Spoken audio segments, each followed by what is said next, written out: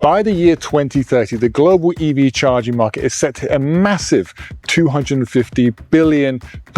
But here's the real question: who is leading the charge, and what can we learn from their success?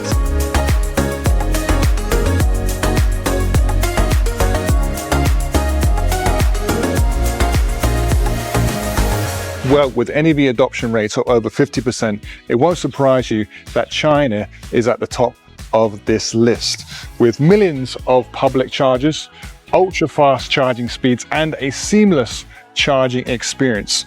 Meanwhile, in other countries, including the US, let's just say charging is still a work in progress. Today, let's take a look at what other countries, the US included, can learn from China's example to make EV charging faster, easier, and more accessible, giving people more reasons to try an EV. Right now, the US EV charging network is kind of fragmented, to say the least. You've got Tesla's superchargers, you've got public networks like Electrify America and ChargePoint, all using different payment systems that sometimes don't play very nice together. China, on the other hand, has over 12 million chargers across the country. And okay, only 4 million of these are public chargers, but that's still a very impressive number. For one thing, China isn't just building EV chargers, it's building the entire ecosystem around charging. China has over 20 times the amount of public charging stations as the US, but it's not just about quantity, it's also about standardization. Unlike the US, where different networks have different plugs and payment systems.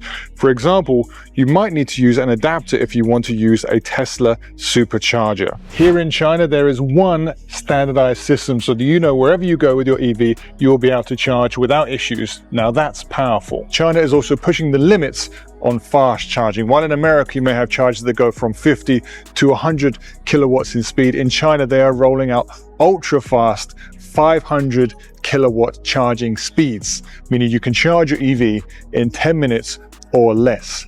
Amazing. The only problem with this is actually finding the EVs that can utilize these charging speeds, and I hope we can see them in the near future. In fact, China is already releasing EVs that are future-proofing against this, so they will be able to take advantage of these faster charging speeds that will be coming in the future. For example, last time we had a look at the Zeekr 7X, which has a battery that can not only withstand today's fastest charging speeds, but also the fastest charging speeds of tomorrow. Faster charging means less waiting and more road trips without range anxiety. In the US, charging is mostly clustered in cities and along highways, but in rural areas, not so much. I remember the story of the guy who had a Tesla Cybertruck, and he had to charge his truck for 6 days on a very, very slow charge just to get to the nearest supercharger and charge up. That type of thing doesn't need to happen.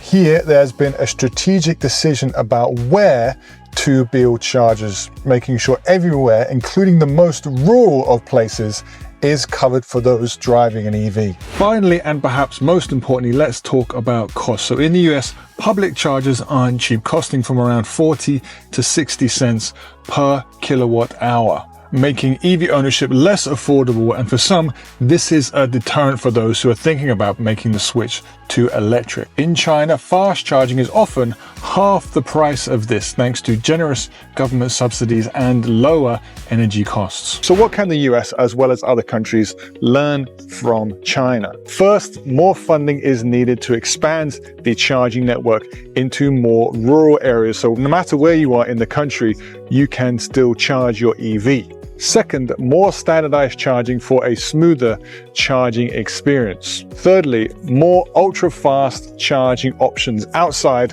of Tesla's fast charger network. And of course, lastly but definitely not least, EV charging can always be cheaper, which will help to improve adoption rates. So what do you think? Could the US learn a thing or two from China, and what else could they do to improve the lives of EV owners across the country? Make sure you leave your comments below. Be sure to give us a like and a subscribe. I'll see you next time.